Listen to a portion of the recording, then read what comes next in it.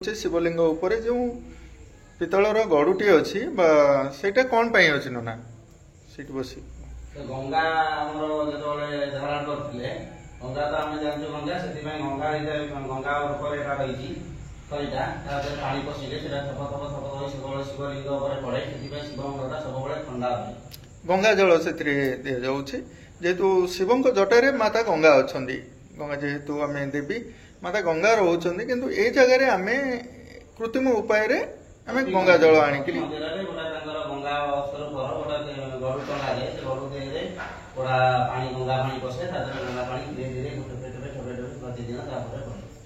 आज्ञा ना ये कि श्रावण मसरे आसती कावड़िया मैंने पानी ढाल आम लोकनाथ मंदिर प्रवेश कर नाना टी परिचय रखिए पारादीपगढ़ महादेव मंदिर कपिलेश्वर महादेव मंदिर मु रमेश चंद्र पूजक श्रावण मास आसी उपनीत ई श्रावण मासरे काउणिया भाई माने काउणी भार आनी शिव पाखे पहुंचती से इच्छा शक्ति आई काउणिया भार कहीं आणिकी आसती से विषय टी नना कहूँ लोकाचार रही बहुत जे आम शिव पानी ना श्रावण मसरे प्रभु मानसिक पूर्ण करते जो छोट बड़ मंदिर हो छोट मंदिर हो प्राय बोलबम आमर रही 30 वर्ष उपर हो समस्त गोटा उत्कंठा आग्रह सहित पिला माने जे आम पानी भार नवा शिव काष्टार सहित जो जो मंदिर हो शिव मंदिर हो आम पानी ढाड़ा प्रभु को जार दुख कहार पिलापिली होनी कहार चाकरी होनी कहार रोग शଯ୍ୟାर अच्छे कहार स्त्री माने कष्ट भोगुची एमती बहुत मानसिक पिला माने आनंदी किए भी खुशी आसती यहाँ श्रावण मसरे पदयात्रा श्रावणी जलधारा बोली आमर लोकाचार रही यही तो प्रभुंर महिमा महादेवंकर शिव मथारे जल लगी करा से विषय कहे शिवंर अन्य ना गंगाधर है गंगा को जे धारण गंगा को जे धारण कर गंगाधर से जल भितर बुड़ी रही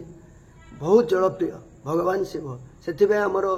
बहुत माने संस्कृत अच्छे नमस्कार प्रिय भानु जलप्रिय सदाशिव उपचार प्रिय विष्णु भगवान विष्णु नमस्तुते से आमर शिव को जलाभिषेक कराए जे कि किसी दबा दरकार नहीं नैवेद्य ठारो वस्त्र किसी अलंकार कि बेलपत्र पुष्प कि किसी दबा दरकार नहीं खाली टे जल ढाड़ी देले महादेव संतुष्ट आपणकर जेकोसी मानसिक थाऊ खाली टे पानी खाली पानी भी आमर जो भूपृष्ठ जो पानी आसूसी से पानी भी गंगा गंगा रू आनिबा पानी से गंगा आ भूपृष्ठ जो पानी आनिबा से भी गंगा ये महादेव मृत्युंजय मंत्र बोला है कि आमर ढड़ा है जे कि त्र्यंबकम जगामहे सुगंधि पुष्टिवर्धनम उर्वारिकमेव बंधनात् मृत्यु मुख्यम अमृत ओम नमः शिवाय कहीकि महादेव को शिव लिंग पानी दि जाए नने आमर जो शिवंकर जो द्वादश ना दिज्व प्रथम महादेव द्वितीय महेश्वर तृतीय शंकर नाम चतुर्थ वृषभाध्वज पंचमे कृतिवासनम षष्ठ गामांगनाशनम सप्तमे देवे देवेश्य नीलकंठ त्रिमाष्टमम नवमंच ईश्वर नाम दशमम पार्वती प्रिय रुद्र एकादश नाम द्वादशम शिव मुच्यते आमर यही श्रावण मसरे यही मंत्र बोली जे शिव मस्तक से ब्राह्मण हो कि शूद्र हो जेकोसी कास्ट हो से शिव जो श्रावण मसरे पदयात्रा करी कावड़ी जो कहते आमर बोलबम कहते से पानी ढाले निश्चिंत प्रभु मानसिक पूर्ण करेंगे आपण तो शिवंकर पूजक आम कि जानवा पाई आपण देह पा खराब कौन होता 70% भल है मत भी पारालिस 2024 एप्रिल 2 तारीख से दिन मंगलवार भोर प्राय 4टा खंडे समय हम मोर एमती स्ट्रोक हो गला मुझे लोकनाथ ठाकुर मंदिर अष्टपहरी नाम यज्ञ 17 वर्ष ला मुझे करता अष्टपहरी मोर स्ट्रोक है मुझे जापारे आबसेंट जो लोक मान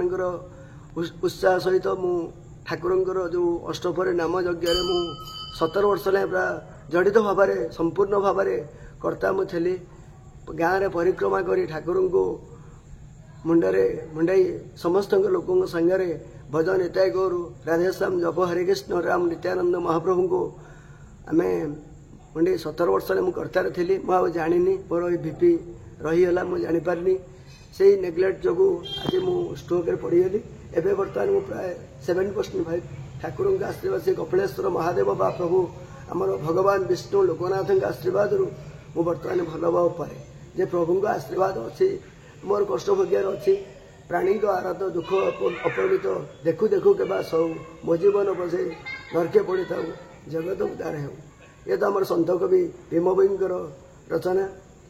मनीष जन्म है निश्चय मर एटा मृत्यु निश्चिंत से मानस मनीष तार निजर कर्मफल अनुसार भोग्य करे ए जन्म हो कि आर जन्म हो कि जो जन्म हो प्रारब्ध भोगिब जे लेखा अच्छी निश्चय दुख भोगार भोगिब सुख भोगार भोगिब जड़े लोक आसी क्वेश्चन कर नना मुझे आपन को पूजा अर्चना करुँची आसी मो ठाकुर कहीं डाक शुणुना कि मो संतान देना कर्मफल आगुरी लेखा सरी जे तुम यहाँ कष्ट भोगिब कि सुख भोग आगुरी लेखा सरी हे तो यदि प्रभु को तुम मन प्राण डाक कि दुख लाग भी पारे यदि भाग्य थी निश्चिंत आपणकर जयलाभ आज भाग्य ना निश्चय पराजाप निश्चिंत मृत्यु अच्छी जन्म भी अच्छी आधार भावार नहीं दुख अच्छी सुख अच्छी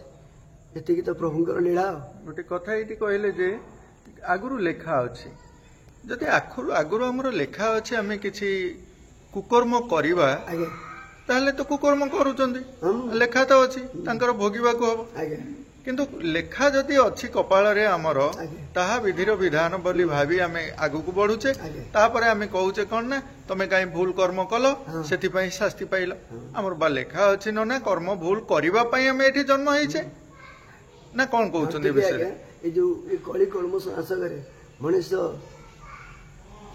केते प्रकार माने कर्म करूची तादर सत्कर्म अच्छी असत कर्म अच्छी जे जेमती जोटा आदरी गला यदि भाग्य को आम नदर भाग्य निश्चित गोटे अच्छी लोक अच्छी किसी कर्म करूनी से एसी रे बसी शांति रे बसी खाई पी आलस्य रोज जड़े लोक भिक मागी मागी से भी शांति मुठे खाई पार गछ मूल्य शांति शोई पड़ुची ये हूँ तार कर्मफल कारण से प्राराध्य जन्म से एभली कर्म करी जहाँफल भिक मागिले से मना खाया पाऊनी शांति से गछ मूल्य से भोग उपास पानी पी शोच आउ जड़े बड़ लोक होती से तार आगुरी से आर जन्म एत भल पुण्य कर्म करिथिला जे कि जन्म रे तार अयस करूची एसे सोची जे हमें आसीछे आम पारादीप गढ़ ठारे थिबा लोकनाथଙ୍କ मंदिर ए मंदिर रे आम शिव मंदिर अछि ए शिव मंदिर रो पूजक रंजन पंडा महोदयଙ୍କ सह आमे किछि आलोचना रखिबा आज जेहेतु बोलबम यात्री विषय वस्तु कहीं शिवंक पूजक जे शिवंक पाखरे किपरि बोलबम श्रद्धालु माने आसी पानी ढालती पानी ढलार व्यवस्था विषय टी जाना किए करते श्रावण मास ठीक पूर्णिमा गुरु पूर्णिमा बासी ठार स्टार्ट हुए यहाँ आमर राखी पूर्णिमा जो गमा पूर्णिमा कहते राखी पूर्णिमा दिन शेष हुए जो भितर जो 4टा सोमवार पड़े कि 5टा सोमवार पड़े से सोमवार भितर आम जलाभिषेक पिला बहुत दूर दूरांतर आसिक मानसिक करी मानसिक पूरण करने पानी ढालती आसिक जलाभिषेकर जो परंपराटा ये कथा आम कौट पाइबा कहीं जलाभिषेक शिवंग पाखे कहे जलाभिषेकटा हूँ गोटे ग्रह कामना करने कम ये करने मनस्कामना पूर्णा जलाभिषेकटा कले से बहुत चली चली आसार तापजटा अच्छी तार से सी कमटा बहुत पूरण भी हुए जमी गोटा रुद्राभिषेक आम कले मनस्कामना शीघ्र शीघ्र पूर्ण हुए यहाँ दूर दूरांतर चली पदयात्रा चली चली आसिक जो जलाभिषेकटा करवा से बहुत सांगे सांगे मन पूर्ण हुए समुद्र मंथन समय कथा तो से जितेबाला विषपान करते विष ज्वालू से रक्षा पाइबापी एणे तेणे बुलूले से समय देवता माने जलाभिषेक करते जल मथारे देते से कथार जहाँ आम बुझुचु से कथार बर्तमान पर्यंत ये तथ्य रही आसी जहाँपाई आम आज जलाभिषेक करुचे ना आउ किसी तथ्य सत कथा जमी बर्तमान आम जो जो सागर मंथन होता सब विष को पान करते शिव शंकर से मुंड विकृत होगापी जलाभिषेक कले मुंडा ठंडा रहे से गोटे हांडी टंगा जाए सब बेल जल थोड़ा थोड़ा थोड़ा बिंदु आकार पड़ू थाए से शिव मुंड ठंडा रही से जलाभिषेकटा कर जलाभिषेक आम तो जानिले शिव मुंडरे गंगा मथारे गंगा शोभा पाइले जटारे तो सेई कारण नेइकरी हुए तो गंगा माता आसीचंती शिवंकर रूप अछि शिवंकर रूप तो मूर्ति किंतु तांकर लिंग पूजाटा होय जेतले अभिशाप देइथले दक्ष राजा जेतले जाइथले दक्ष राजांक इए को जेतले जाइथले यज्ञ शिव को डाकी नथिले शिव निजे तांको स्त्री कथार मानिक जाइथले किंतु शिव को डाकी नथिले जे यज्ञ करबो सेदिन दक्ष राजा जो यज्ञ करथले शिव जाई नथिले सेते शिव डाकी नथिले जे जाई नथिले सेदिन तांको स्त्री कथा जाइथले से अपमान पई आइथले अपमान होई आसिया परे तांको गोटे अभिशाप देइथले तांको सबले लिंग ही पूजा हबो तमे मूर्ति पूजा केबे हेई परिबो नाही जो कौन जगह देख शिव लिंग ही पूजा है अच्छा मो मूर्ति पूजा हेई परिबन बोले किए कहितले दक्ष राजा कहितले तांको अभिशाप देइथले किंतु तांकर लिंग पूजा हबो किंतु रूप पूजा हबोनी लिंग पूजा हबा तोरा कोन हला ए अभिशाप रो माने मूल्यटा कोन आमे सेटा के जान समय देई पारे बड़ बड़ नाही देई पारे आमे से विषय देई पारिबो आमे जानि लिंग पूजा तो होय शिवंकर मूर्ति पूजा तो होय ना शिव लिंग रे जलाभिषेक कले कि अभिषेक कले बेलपत्र टे चढ़ाइले जेतବେଳେ ବେଲପତ୍ର ବିଷା ପାଇଥିଲା ଯେତେବେଳେ ଆମର ଯେଉଁ ହନୁମାନଙ୍କର ଲକ୍ଷ୍ମୀ ପୂଜା ଟାଇମ୍ରେ ଶିବ ଯେଉଁ ଦୁଇଟା ପଦ୍ମ ଲୁଚେଇ ଦେଇଥିଲେ ଲକ୍ଷ୍ମୀ ତାଙ୍କ ସ୍ତନ କାଟି ଦେଇଥିଲେ ସେ ସ୍ତନ ହିଁ ଜିନିଷଟା ଯେଉଁ ବେଲବୃକ୍ଷଟା ତିଆରି ହେଇଥିଲା ସେ ବେଲବୃକ୍ଷଟା ହିଁ ଯେତେବେଳେ ବେଲ ଗଛରେ ରୋପଣ ହେଲା ଶିବ ସେଇଟା ମାନେ ସେ ଟାଇମ୍ରେ ଶିବ କହିଥିଲେ ଯେ ମୋରି ବେଲପତ୍ର ଯଦି ଶିବଙ୍କ ମୁଣ୍ଡରେ ଚଢ଼ାଯାଏ ତାହେଲେ ଯେ ସମସ୍ତ ମନସ୍କାମନା ପୂର୍ଣ୍ଣ ହେବ अच्छा माने बेलपत्र द्वारा मध्य रो मशाणी रक्षक भाव रे शिव कहीं कुआगला आउ तो अन्य माने सब देवादेवी थिले शिव तो कहीं शिव कुआगला शिव हेले महादेव जेतବେଳେ से ब्रह्मा विष्णु महेश्वर तीन ठाकुर जेतବେଳେ शिव को दियाला संसारवासी को आला शिव तांको भस्म बोलिकिरी ही से सबले लगला तांकर केतବେଳେ वस्त्र देहरे वस्त्र न से संग्रह सबले लगला सेति पई तांको वस्त्र शमशान चढ़ाला से शमशान सब भी रहते किसी समय रहती शमशान में आप शमशान सब रहती सब से रहती सब कौटी के रहती रूप तो अनेक रूप जमी आम पद्मा आत्मा परमात्मा को कही गले से शिवंकर बहुत रूप से केतବେଳେ कौ जगार रहती भी आम कहीपर ना ये जो श्रावण मासरे आमर काउणिया भाई माने आसंती या सत्य भक्ति रे आसंती जलाभिषेक करंती किंतु किछि कांसरे आमे जानिछु शिवंकर किछि भोग थाए आज्ञा जोटा को भांग किंबा गंजेई बोली आमे कहि थाउ ए भांग गंजेई शिवंकर भोग बोली किंतु भक्त मान कोन से भोग खाई परिबे आज्ञा भक्त मैंने खाଇବା କଥା ନୁହଁ ଅବଶ୍ୟ କିନ୍ତୁ ଯେତେବେଳେ ଚାଲୁଛନ୍ତି ବହୁତ ଦୂର ବାଟ ଚାଲୁଛନ୍ତି ଗୋଟେ ଜିନିଷଟା ଯେମିତି ନିଶା ଦ୍ରବ୍ୟ ଗୋଟା ଖାଇଦେଲେ ଜଣା ପଡ଼ିବନି ସେ ବାଟରେ ଆମେ ଯାଉଛୁ ଗୋଟା ଚାଲି ଚାଲି ଯାଉଛି ଜଣା ପଡ଼ିବନି ଶିବଙ୍କ ଯେତେବେଳେ ପହଞ୍ଚି ଗଲୁ ଶିବ ତ ଭୋଳା ଶଙ୍କର ଭୋଳା ଟିକେ ଖାଇଦେଲେ ତାଙ୍କର ଟିକେ ମନ ଶାନ୍ତି ହେଇଯାଏ ଗଞ୍ଜେଇ ତ ନୁହଁ ଭାଙ୍ଗ ଖାଆନ୍ତି ସେମାନେ ଗଞ୍ଜେଇଟା ଆଣନ୍ତି ଗଞ୍ଜେଇ ଭାଙ୍ଗ ଶିବଙ୍କ ପାଖରେ ଭାଙ୍ଗ ଭୋଗ ଲାଗିଥାଏ ସେଥିପାଇଁ ଯୋଉ ଭକ୍ତ ମାନେ ସବୁ ଆସୁଛନ୍ତି ସେମାନେ କିଛି କିଛି ଭାଙ୍ଗ ଖାଇଲେ ଚାଲିଆଟା ଟିକେ ତାଙ୍କର ସହଜ ହେଇଯାଏ ଶିବଙ୍କ କତିରେ କେତେବେଳେ ପହଞ୍ଚି ଯାଆନ୍ତି ସେ ବି ଜାଣିପାରନ୍ତି ଆଚ୍ଛା ଶରୀର ପୀଡ଼ାରୁ ରକ୍ଷା ପାଇବା ପାଇଁ ସେମାନେ ଭାଙ୍ଗର ବ୍ୟବହାର କରିଥାନ୍ତି କିନ୍ତୁ ଆମେ ଭାବୁଛୁ ଯେ ଶିବ ଯେହେତୁ ପାନ କରନ୍ତି ତାଙ୍କର ପ୍ରସାଦ ସେଥିପାଇଁ ହୁଏତ ଭକ୍ତମାନେ ସବୁ ପାନ କରିଥାନ୍ତି ତାହା ନୁହେଁ अच्छा यह केवल शारीरिक व्यथा बा जो पीड़ाटी होता है तादू मुक्ति पाइबा पई हमने ए भाई माने सब भांगर सेवन करिथांती किंतु शिव काहा को कहि नांती कि केबे करि नांती तमे ए सब व्यवहार करो बोली आषाढ़ श्रावण श्रावण गोटे धारा श्रावण वर्षा चली बहुत मजा लगे ये लगे से शीतल मैंने बेलपत्रटा कौड़ी थाए आम बेलपत्र सबुज थाए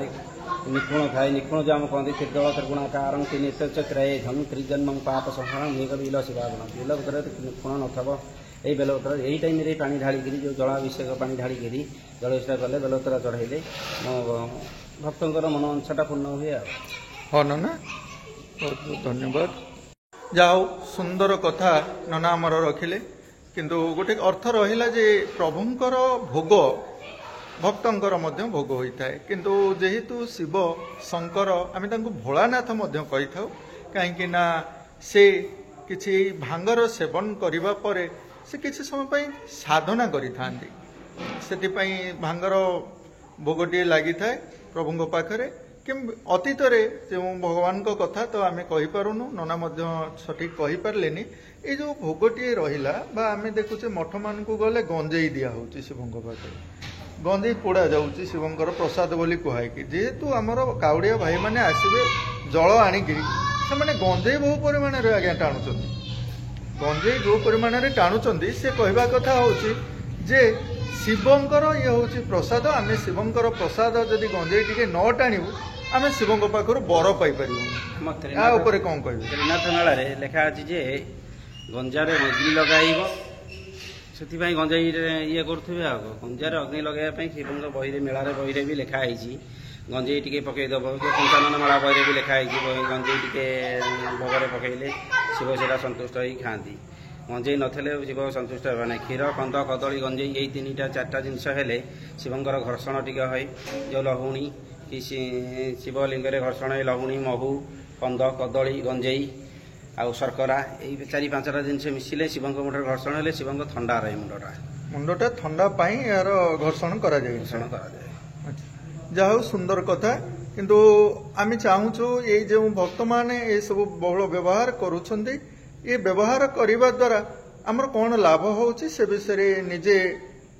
ବୁଝନ୍ତୁ। ଆଉ ଶିବଙ୍କ ପାଖରେ ଏଇ ଯେଉଁ ଶିବଙ୍କର ଘର୍ଷଣ ହେବା ଦ୍ୱାରା ଶିବଙ୍କର ମୁଣ୍ଡ ଥଣ୍ଡା ରୁହେ, ସେଥିପାଇଁ ଆମେମାନେ ତାକୁ ସେବନ କରୁଛେ। ଆମ ଶରୀରର କ'ଣ ଉପକାର ହେଉଛି କି କ୍ଷତି ହେଉଛି ସେ କଥା ଆପଣମାନେ ଆଲୋଚନା ରଖନ୍ତୁ ବନ୍ଧୁମାନଙ୍କ ସହ। ଯଦି ତାହା ବ୍ୟବହାର ଉପଯୋଗୀ ହୋଇଥାଏ, ଆମ ଶରୀର କିଛି କ୍ଷତି ନ ଘଟାଉଥାଏ, ତାହେଲେ ବ୍ୟବହାର କରନ୍ତୁ। ଯଦିଓ ବି ଶରୀର ପାଇଁ କ୍ଷତିକାରକ ତାହେଲେ ବ୍ୟବହାର କରିବା ଉଚିତ ନୁହେଁ। ତେଣୁ ଶିବ କହିନଥିବେ, ଶିବ ସମାଜର ମଙ୍ଗଳ ପାଇଁ ଚାହିଁଥିବେ ଏବଂ ଭକ୍ତମାନ ବା ଶ୍ରଦ୍ଧାଳୁମାନଙ୍କର ଦୀର୍ଘାୟୁ କାମନା ମଧ୍ୟ ଶିବ କରୁଥିବେ। କିନ୍ତୁ ଏଇ ଯାହାକୁ ଆମେ ନିଶା କହୁଛେ ସେ ନିଶା ନୁହେଁ, ଏଠି ଭୋଗ। କିନ୍ତୁ ବାହାରେ ତାକୁ ଲିମିଟରୁ ଅଧିକ ପରିମାଣରେ ବ୍ୟବହାର କରୁଥିବାରୁ ତାହା ନିଶା ରୂପରେ ବର୍ତ୍ତମାନ ପରିଗଣିତ ହୋଇଛି। ଆସନ୍ତୁ ଆମେ ସୁସ୍ଥ ସମାଜ ଗଠନ କରିବାକୁ ହେଲେ ସୁସ୍ଥ ରହିବାକୁ ପଡ଼ିବ। ନିଶାଠାରୁ ଦୂରେଇ ରହିବା, ନିଶା ସେବନ କରିବା ନାହିଁ, ସମାଜକୁ ଏକ ନୂତନ ଦିଗ୍ଦର୍ଶନ ଦେବା। ନା କ'ଣ ନା କହୁଛି? ନିଶା ଉପରେ ଦୂରେଇ ରଖିଲେ ଟିକେ ଭଲ ହବ। କମ ବ୍ୟବହାର କରିକିରି ଜିନିଷ ଯେତେ କମ ବ୍ୟବହାର করে ଅଧିକ ବ୍ୟବହାର କଲେ ନିଶା ଉପରେ ସେଟା ପଳେଇ ଯାଉଛି। ସେଟା ଅଧିକ ବ୍ୟବହାର କଲେ ଦେହ ପାଇଁ କ୍ଷତିକାରକ ହବ। ଭୋଗ ଯୋଉଟା ହଉଛି ଆମର ଯୋଉ ଗଞ୍ଜେଇ ଭୋଗଟା ହଉଛି ସେଟା କମ ଆକାରରେ କଲେ ସେଟା ଭୋଗ ଉପରେ ପଳେଇବ। ଯଦି ଅଧିକା ତମେ ସେବନ କଲ ତାହେଲେ ସେଟା ନିଶା ଉପରେ ପଳେଇଲା, ଦେହ ପାଇଁ କ୍ଷତିକାରକ ହବ। ସେଟା କମ ଆକାରରେ ବ୍ୟବହାର କରିବା ପାଇଁ ସମସ୍ତ ଅଞ୍ଚଳବାସୀକି ଅନୁରୋଧ କରୁଛନ୍ତି। ବହୁତ ସୁନ୍ଦର ଆଜିର ଏଇ ଭିଜୁଆଲ ମାଧ୍ୟମରେ